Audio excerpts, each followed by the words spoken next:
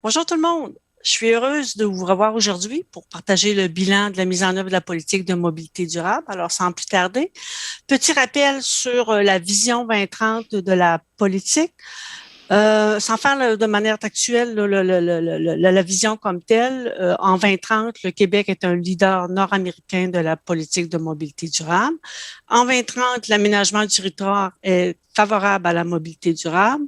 Le Québec dispose alors d'un écosystème performant, sécuritaire, connecté et sobre en carbone. Et cet écosystème contribue à la prospérité du Québec et il répond aux besoins des citoyennes et citoyens et aux besoins des entreprises. La vision est ambitieuse, tout comme son plan d'action. Je vous rappelle que le plan d'action est constitué d'un plan d'action transversal et de 11 cadres d'intervention, ce qui fait qu'on a à suivre 181 mesures. C'est beaucoup.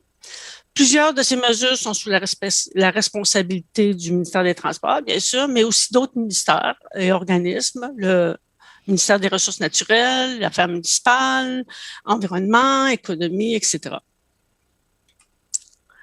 Euh, Lors du forum précédent, comme l'a mentionné M. Vigneault, il y a eu des recommandations qui ont été formulées pour la mise en œuvre de la politique. Alors, pour commencer, je vais faire part du suivi qui a été fait à cet égard-là. On nous avait d'abord dit qu'il était important qu'on donne davantage d'informations, qu'on fasse la sensibilisation pour assurer la mobilisation de l'ensemble des acteurs. Donc, on a travaillé avec le secrétariat aux communications gouvernementales pour préparer une stratégie de communication et une campagne grand public dont la première phase est prévue pour le printemps 2021. On a aussi travaillé sur un programme de sensibilisation à la mobilité durable, dont les contenus sont présentement discutés avec les autorités centrales. Donc, ça devrait suivre. Et nous avons mis en place, évidemment, le forum de mobilité pour échanger avec le milieu municipal, forum mobilité municipalité, qui nous permet de discuter avec eux des différents enjeux et solutions en la matière. Comme deuxième élément de recommandation, on nous a parlé des programmes où c'est important d'assurer la prévisibilité, l'efficacité, l'allègement dans les programmes. Donc, soyez rassurés, là, la pérennité, la continuité des programmes, c'est une très grande préoccupation pour nous. Il y a plusieurs programmes d'ailleurs qui ont été reconduits dans le cadre du plan pour une économie verte, comme éco-camionnage, PETNAF et tout ça. Il y a des travaux présentement d'optimisation qui sont en cours au sein du ministère pour améliorer le processus et l'offre de services, donner aussi des services en ligne. Et il y a eu des unités administratives qui ont été mises en place pour améliorer l'administration des programmes, réduire les délais et aussi une autre unité administrative pour la conception des programmes qui va être encore plus arrimée avec les objectifs de la politique de mobilité durable. Il y a aussi des efforts qui ont été faits en ce sens aux ressources naturelles, notamment pour les programmes Rouler vert et Transporter vert, avec la mise en place de services en ligne, l'informatisation des processus et ça permet la diminution des délais de traitement. Troisième point de recommandation, des investissements accrus et des nouvelles sources de financement, notamment au niveau du transport collectif et actif. Alors, de ce côté-là, vous n'êtes pas sans savoir, M. Bonandel en a parlé, il y a des mesures d'investissement d'urgence dans le transport collectif aérien qui ont été mis en place. Il y avait aussi des investissements accrus qui avaient été prévus à l'intérieur de la politique. Et il y a bien sûr aussi la réalisation du chantier sur le financement pour identifier les outils et les sources de financement pour assurer un meilleur financement dans les différents secteurs. Autre recommandation, un meilleur arrimage PMD et travaux de le plan pour une économie verte. Alors, il y a eu le lancement de ce plan pour une économie verte à l'automne 2020. Et on peut constater effectivement la continuité et l'arrimage entre les deux grandes initiatives. Il y a plusieurs mesures de la PMD qui sont liées au plan pour une économie verte pour assurer leur continuité, mais en même temps, il y a aussi de nouvelles initiatives complémentaires qui vont permettre aussi de répondre aux grands objectifs de la politique de mobilité durable. On nous a parlé en termes de recommandations d'un plus grand arrimage, aménagement du territoire, transport. Alors, je vais vous rassurer, le ministère des Transports est impliqué directement dans les travaux du ministère des Affaires municipales et de l'Habitation qui porte sur une première stratégie nationale d'urbanisme et d'aménagement des territoires et qui devrait permettre donc de revoir la loi sur l'aménagement et l'urbanisme ainsi que le renouvellement des orientations gouvernementales en aménagement du territoire qui, il faut le dire, date un peu. Il y aura à l'intérieur de ces orientations orientation-là une orientation sur les milieux de vie qui devrait inclure des orientations gouvernementales en mobilité durable. On nous a parlé des données probantes afin d'avoir des meilleurs outils d'analyse pour comprendre la dynamique des transports et mieux suivre les cibles de la politique. Alors, je vous dirais que le ministère est très actif et poursuit ses travaux en lien avec les 3 collectes de données que sont l'enquête nationale origine-destination, l'enquête en bordure de route et les données modales. Des travaux sont aussi encore en cours au sein du gouvernement en ce qui concerne l'évaluation de la réduction des gaz à effet de serre liés aux mesures qui sont proposées dans nos différents documents d'orientation. Maintenant, en ce qui concerne la COVID, je ne peux pas ne pas en parler. On sait que ça a frappé de plein fouet. Et ça a eu un impact parce qu'il y a eu des efforts et des priorités qui ont dû être revus pour mieux répondre aux besoins immédiats, s'assurer des services essentiels. Et des mesures concrètes ont donc été mises en place pour soutenir le secteur des transports. Donc, l'activation du plan d'urgence et mise en place d'un comité interministériel sur les enjeux de transport liés à la COVID ayant pour mandat de s'assurer que ces enjeux-là trouvent une réponse dans les différents secteurs dans le contexte de la pandémie. Mise en place de mesures sanitaires de protection dans les différents modes et des assouplissements aussi réglementaires qui ont été instaurés pour s'adapter au contexte, comme par exemple la diminution des restrictions des charges de véhicules lourds ou la levée d'interdiction de circuler pour un conducteur de train routier qui avait été mis en place au printemps passé.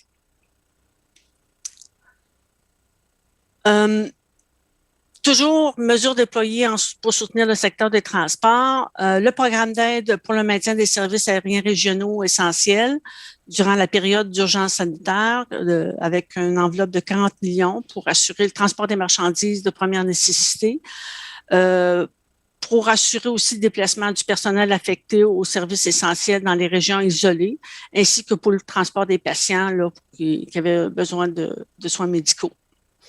Une aide d'urgence initiale aussi, M. Bonnardel en a parlé, de 400 millions au cours de l'été 2020 pour le transport collectif, suivi d'une bonification additionnelle de 800 millions au cours de l'automne et un programme d'aide d'urgence au transport interurbain par autobus avec 8,2 millions de dollars pour accélérer la reprise des services, en plus de contribuer à la relance économique.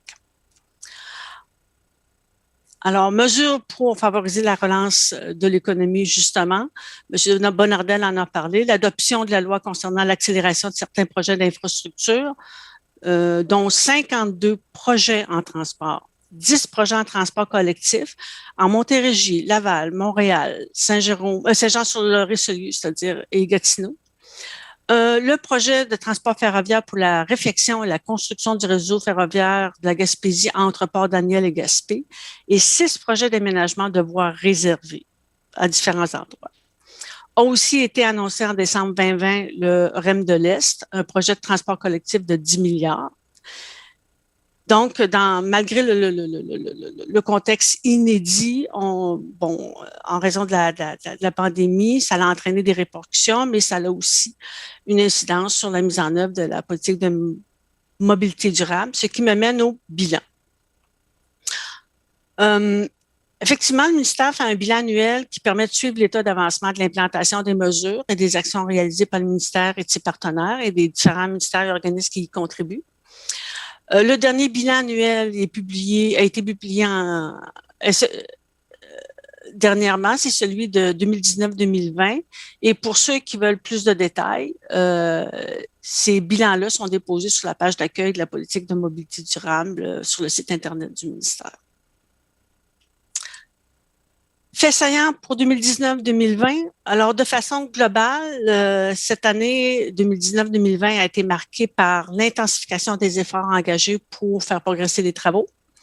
Il y a plusieurs étapes charnières qui ont été franchies, dont la tournée régionale de consultation de l'adjoint parlementaire, M. Reid, dans le cadre du chantier sur le financement de la mobilité. C'est une démarche qui a donné lieu à plus de 17 rencontres tenues entre le 4 septembre et le 28 octobre 2019, ce qui nous a permis de faire des échanges avec plus de 240 partenaires en transport sur les enjeux relatifs au financement. Il y a eu aussi le lancement du programme de modernisation du taxi en 2019. Les travaux visant l'identification du réseau de transport multimodal en soutien au commerce extérieur qui ont démarré en 2019 et dont les résultats devraient être disponibles ce printemps.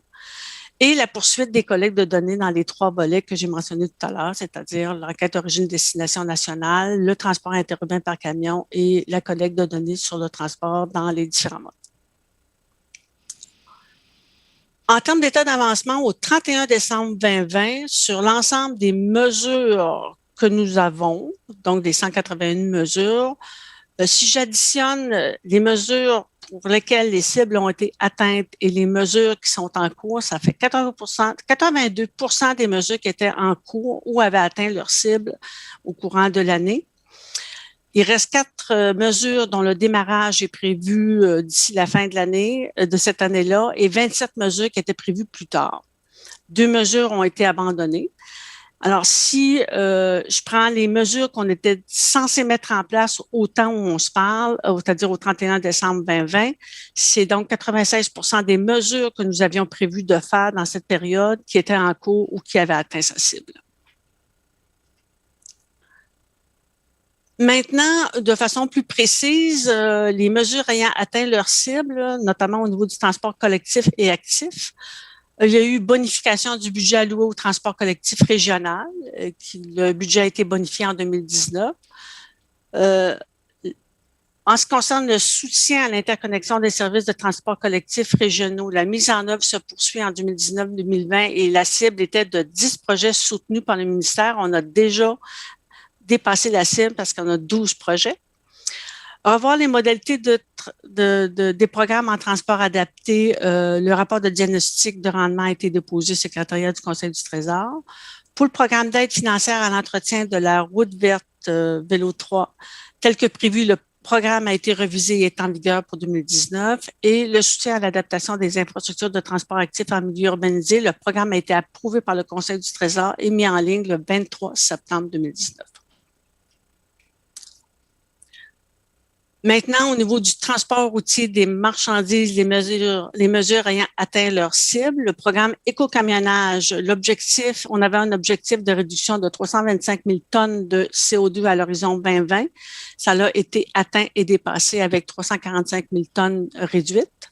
Le programme de soutien à la pénurie de la main-d'œuvre, il a été approuvé par le Conseil du Trésor et il est disponible. On avait parler de la création d'une table de concertation socio-économique. Cette table a été créée le 10 septembre 2019. Mettre à jour le règlement sur le permis spécial de circulation d'un train routier. Le règlement est modifié et en vigueur. Et une étude de visibilité des constructeurs de véhicules lourds. La cible visait la réalisation et la diffusion d'un guide en 2019. Celui-ci est complété et a été diffusé. Pour les modes de transport et mesures générales, on parle de la mise en œuvre ici du programme de soutien aux investissements dans les infrastructures maritimes, volets 1 et 2. Les sommes investies dans le programme ont atteint la cible fixée, c'est-à-dire 88 millions en 2023 est déjà atteinte. Renouveler et bonifier le programme d'aide d'intégration modale. Ce programme a été lancé en décembre 2019. Pour le programme Explore Québec, qui vise le transport aérien, le programme a été mis en place en novembre 2019 et est administré par le ministère du Tourisme. En ce qui concerne le programme de voirie locale, il était question de l'augmentation des dépenses municipales au volet entretien. Alors, la cible était de 30 millions en 2023. On est à 103 millions. Pour la réhabilitation du réseau local, on souhaitait 89% du budget annuel 2019-2020 et 87% du budget additionnel de 200 millions a été dépensé alors que la cible était de 80% pour 2023. On a mis en place le forum annuel sur le transport et la mobilité qui a eu lieu à Montréal en septembre 2019 et appui aussi à des projets d'innovation industrielle par le MEI. L'aide financière accordée des projets, la cible était de 5 millions et elle a été atteinte. Donc, ça fait le tour des réalisations pour 2019-2020. Maintenant, pour l'année en cours, les données qu'on a, c'est essentiellement du 1er avril au 31 décembre 2020. Donc, je vous dirais que malgré une année chamboulée par la pandémie, on en a parlé, quand même plusieurs travaux reliés à la PMD qui ont progressé. En termes de faits saillants, donc l'entrée en vigueur de la loi concernant le transport rémunéré des personnes par automobile, la loi permet entre autres d'améliorer l'offre de services aux personnes handicapées par automobile adaptée, de réduire les trajets de retour à vide entre les territoires adjacents et d'offrir des options au voiturage en solo. Autre fait saillant, projet de loi sur les véhicules hors route qui a été adopté en décembre 2020. Les travaux d'élaboration de la nouvelle vision maritime ont beaucoup avancé et une aide financière de 55 millions a été annoncée pour le projet du terminal du port de Montréal à Contrecoeur.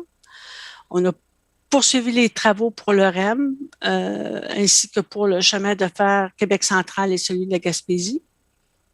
On a poursuivi la collecte de données et l'exemplarité de l'État. Et évidemment, on a poursuivi les travaux du chantier sur le financement de la mobilité. Malgré le contexte, il y a quand même 3 nouvelles mesures qui ont atteint leur cible. Le programme d'aide au développement de la route verte et ses embranchements est en vigueur. C'est le volet 1 du programme VELOS. Le programme d'aide à la conservation des infrastructures de transport actif est en vigueur. C'est le volet 2 de VELOS. Et le programme innovation du MEI, nommé Passeport Innovation, le programme a soutenu 3 projets en mobilité durable et la mesure est considérée complétée. Une 4e mesure a été réalisée en janvier, le lancement du programme d'aide financière au développement de l'offre de vélos en libre-service. M. Bonardel en a parlé tout à l'heure. Bon, maintenant, comment ces réalisations permettent d'être dans la bonne direction? Comment on s'assure effectivement que on atteint les cibles avec tout ça ou qu'on est dans le bon chemin pour le faire? Alors, je vous rappelle que les cibles sont pour 2030 et que, en ce qui concerne les indicateurs, on y va avec les indicateurs qui sont disponibles et en fonction aussi de leur mise à jour. Alors, ça varie beaucoup d'une cible à l'autre. Alors, dans certains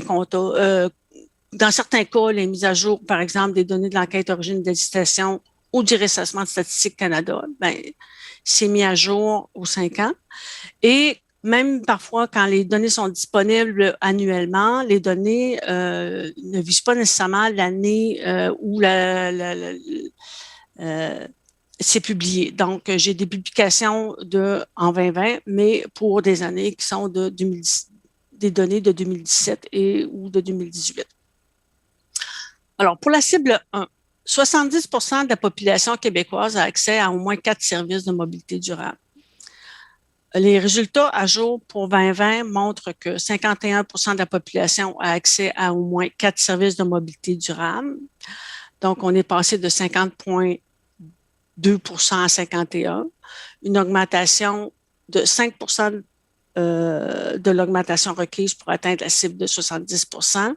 Donc, on a un petit peu amélioré la situation, mais pas beaucoup. La cible 2, réduction de 20% du temps de déplacement moyen entre le domicile et le travail. Donc, afin d'éviter d'avoir un biais en faveur de certains modes, l'indicateur est calculé séparément pour les différents modes. Pour le transport actif, c'était 14 minutes. Transport en automobile, conducteur, 24 minutes. Transport automobile passager, 23 minutes. Et le transport en commun, 43 minutes. Ces résultats s'appuient sur l'enquête OD et les mises à jour sont aux 5 ans. Donc, la prochaine mise à jour est en 2023. Il n'y a pas de mise à jour pour cette cible-là.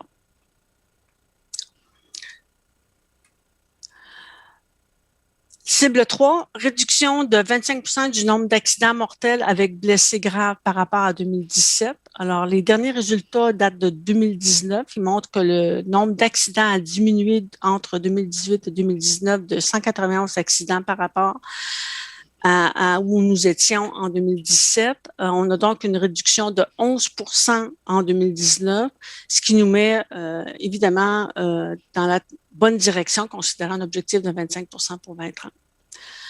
Pour la cible 4, diminution de 20% de la part des déplacements effectués en auto solo à l'échelle nationale. Pour l'instant, les seuls résultats pour cette cible sont le comparatif 2011-2016. Les résultats s'appuient sur les enquêtes OD, donc les prochains résultats vont être disponibles en 2023 pour la mise à jour. Pour la cible 5, réduction de 40 de la consommation de pétrole dans les secteurs des transports sur le niveau de 2013. Les derniers résultats qui ont été disponibles dernièrement, ce sont des données de 2017. Le secteur des transports consomme à lui seul 14 641 millions de litres, ce qui signifie une hausse de 0,4 par rapport à l'année de référence. Les données étant pour l'année 2017, donc avant la publication de la PMD, on ne peut pas encore dire si on va dans le bon sens ou pas à cet effet-là. La mise à jour elle est annuelle, la prochaine est en 2021, mais pour l'année 2018. Pour la cible 6, réduction de 37,5 des émissions de gaz à effet de serre dans le secteur des transports, on est un petit peu dans la même situation. Les derniers résultats publiés l'ont été en décembre 2020, mais ils sont pour les données 2018, donc l'année de la sortie de la PMD.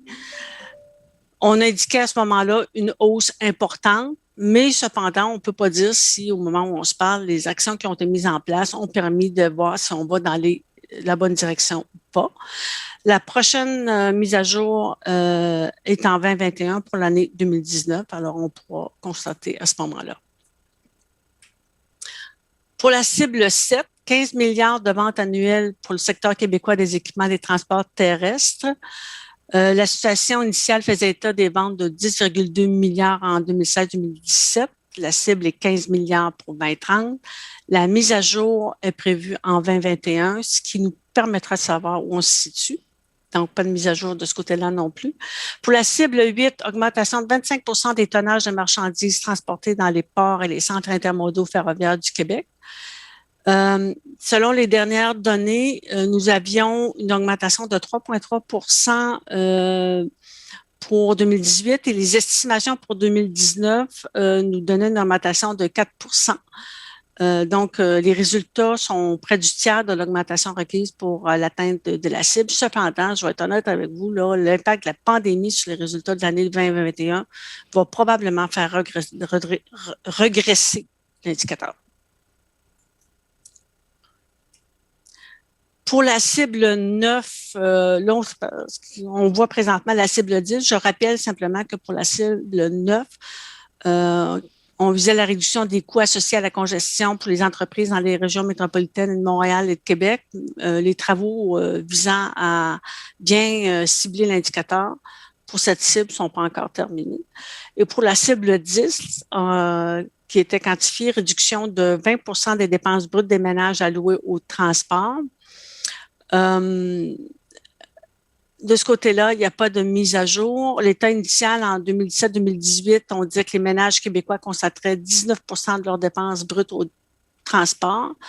Pour arriver à la réduction de 20 de la cible, ça représente 15,2 des dépenses brutes qui devraient être allouées au transport. Mais comme je vous dis, la mise à jour va se faire plutôt en 2021.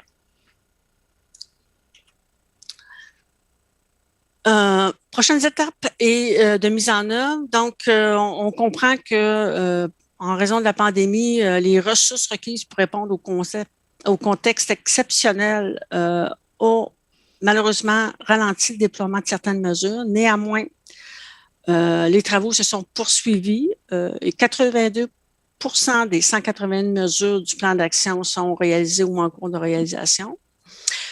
Parmi les mesures en cours de réalisation, plusieurs mesures majeures les travaux vont s'accélérer au cours des prochains mois. La collecte de données qu'on est en train de faire pour couvrir l'ensemble de l'année va permettre d'avoir une meilleure idée de la situation puisqu'elle va couvrir l'ensemble de l'année financière.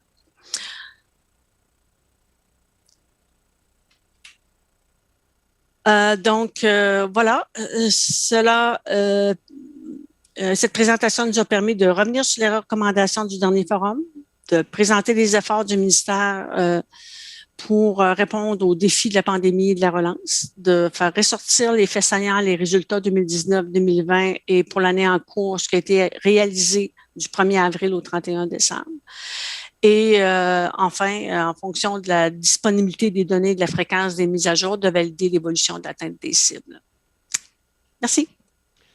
Merci beaucoup, Madame Lévesque. On va prendre quelques minutes ensemble, si vous voulez bien, pour revenir sur certains éléments de votre présentation. Là, c'est très intéressant de voir qu'il y a une évolution, mais j'imagine que dans toutes les analyses que l'on fait présentement, Madame Lévesque, c'est la pandémie, c'est un peu un incontournable. Hein. Il y a des choses qui sont en suspens et on n'a pas le choix de dire, ben, certaines cibles, on verra peut-être l'an prochain comment ça se transposera sur vraiment sur le terrain et comment ça va avoir un impact là, sur les différents chiffres qu'on présente aujourd'hui. C'est important de mentionner.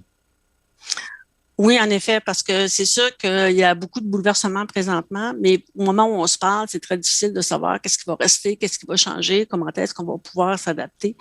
Donc, il y a des résultats supplémentaires qu'on a besoin pour voir comment est-ce qu'on pourra ajuster pour la suite. Là. Mais c'est certain qu'il y aura des impacts. Et le forum d'aujourd'hui, avec les panels, va nous permettre aussi de nous alimenter dans nos réflexions à partir de ce que vont nous donner les experts.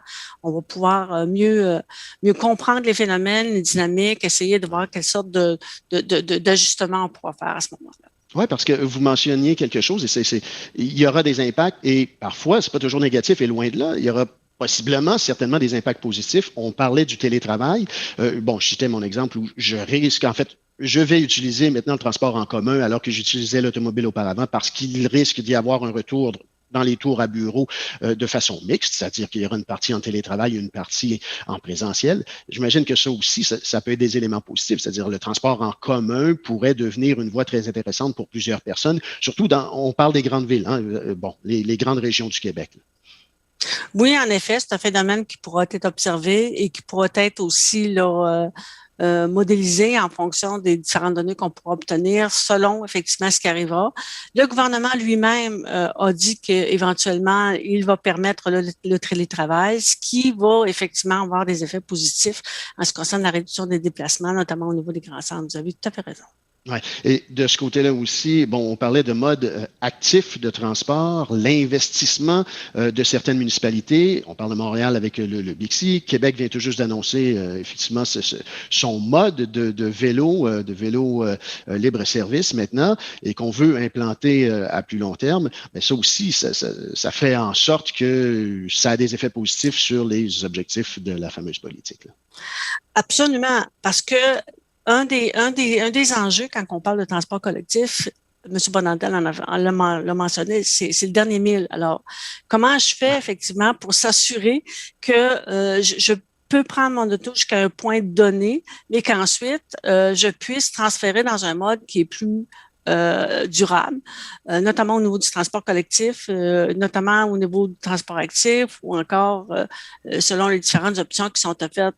Et là, on vient directement là, miser sur le nombre de services disponibles là, au niveau de la population par rapport à la première cible de la politique. Ben, c'est toujours ça. Plus il y a de services disponibles, plus on risque d'attirer les gens vers ces services-là. Il y a quelques questions. D'abord, on nous demande si votre présentation sera disponible après le forum, là, de quelque façon que ce soit. Est-ce que peut-être êtes-vous en mesure de répondre à cette question-là? Oui, absolument.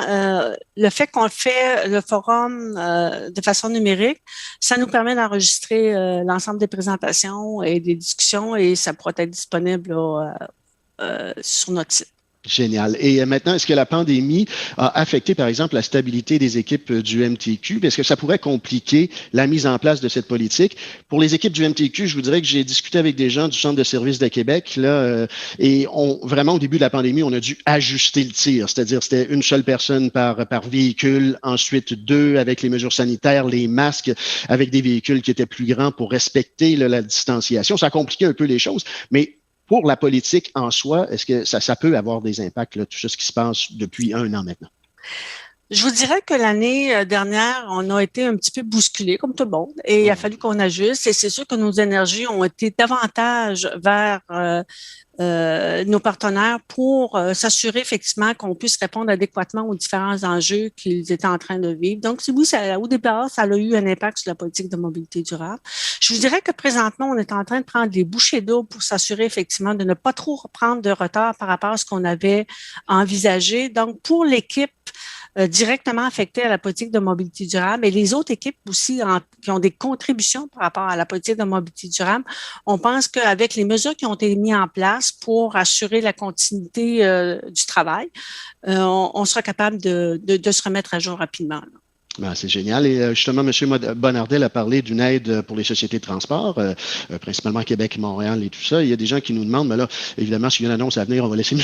Bonnardel faire son annonce, mais quand même, est-ce qu'il y a une réflexion au ministère pour supporter les 90 organismes régionaux de transport adapté collectif, là, un peu partout à travers le Québec? Je sais qu'il y a eu cette réflexion-là en région. Nous, comme porte-parole, on a été interpellés, par exemple, à savoir, bon, ben, est-ce que vous allez investir davantage dans les régions du Québec où il y a du transport collectif et où c'est pas toujours évident d'avoir un ratio suffisant pour rentabiliser les opérations.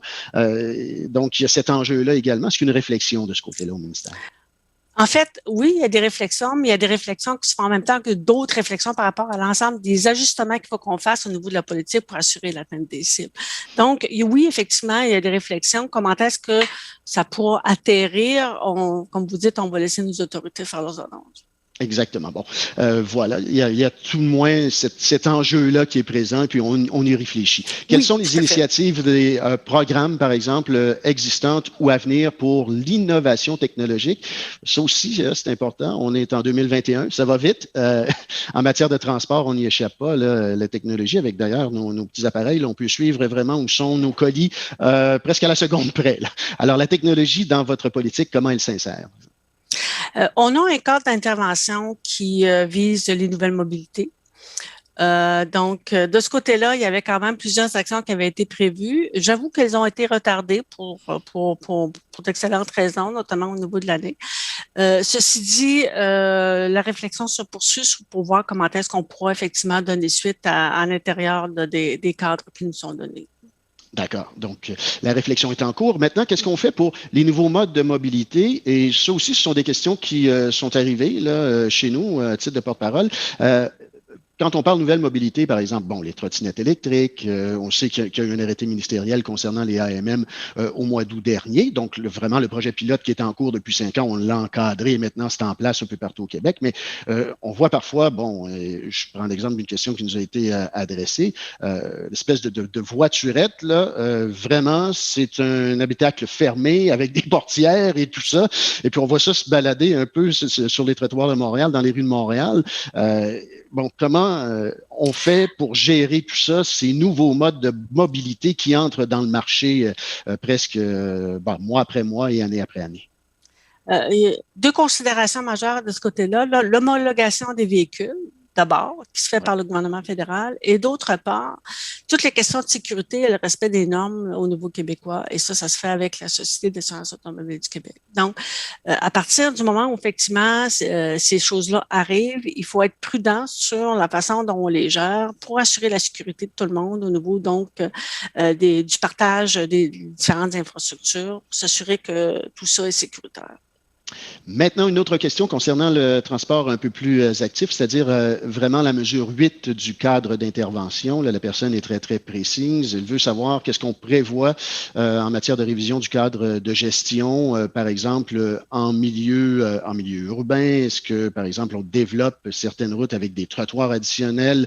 On dit considérant les cibles du PMD, comment la révision de ce cadre-là permettra d'éviter de passer à côté du réaménagement d'une route numérotée dans un périmètre urbain pour y ajouter des trottoirs. Je cite la question textuellement. C'est très précis comme question, je dirais. Je vais vous dire qu'on n'est pas insensible par rapport à la problématique. Et en fait, il y a un guide qui a été élaboré au sein du ministère pour s'assurer de voir comment, effectivement, en termes de partage de responsabilités et de coûts, on peut permettre et s'assurer de des équipements adéquats pour le transport actif. Donc, de ce côté-là, il y a quelque chose de disponible. Il faudrait que je vous revienne là, et on s'assurera effectivement de faire le suivi de cette question-là. Alors voilà, un suivi dont les gens veulent entendre parler. Maintenant, il y a des infrastructures routières, on le sait, on en a parlé, des investissements. Le budget a été présenté hier, on voit les chiffres qui sont quand même très imposants là, en matière d'investissement de façon globale. Mais quand on aménage ou on élargit, par exemple, certaines routes, il y a des gens qui disent, par exemple, est-ce que le nombre important de projets routiers accélérés par le projet de loi 66, on sait que le ministère a peut-être une cinquantaine de projets d'infrastructure dans ce projet de loi-là, 54 si ma mémoire m'est fidèle, mais est-ce que justement le fait de devoir entretenir toutes ces infrastructures, ça risque pas de venir contrecarrer là, les objectifs du plan de mobilité, mais aussi d'avoir un impact sur les finances du ministère? Oui, je comprends la préoccupation, mais pour revenir à la présentation que je viens de faire par rapport à ces 52 projets-là, il y avait quand même un nombre important de projets qui touchaient des projets structurants au niveau du transport collectif. Il ne faut pas perdre ça de vue. Il y avait aussi une part importante de projets qui étaient, oui, au niveau des infrastructures routières, mais principalement pour la mise en place de voies réservées. Donc, la mise en place de voies réservées, prendre soin de nos infrastructures, ça permet aussi au transport collectif de mieux circuler. Alors ça, c'est important aussi à considérer de ce côté-là.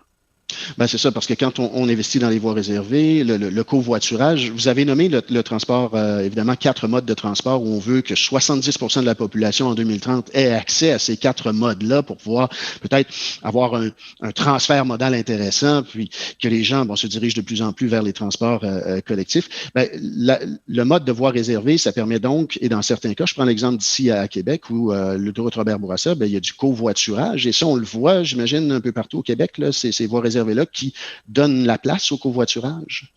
Absolument. Donc, oui, ça permet les voies réservées au covoiturage, aux taxis, ainsi que pour les véhicules électriques dans certains cas. Donc, ce sont des mesures qui permettent effectivement de réduire les émissions de gaz à effet de serre directement. Bien, Madame Évangeline Lévesque, merci beaucoup d'avoir été avec nous. Vous êtes directrice générale de cette politique et ce sera un rendez-vous pour l'an prochain. Restez avec nous parce que c'est très intéressant, évidemment, ce qui s'en vient. Merci encore une fois. Là. Merci.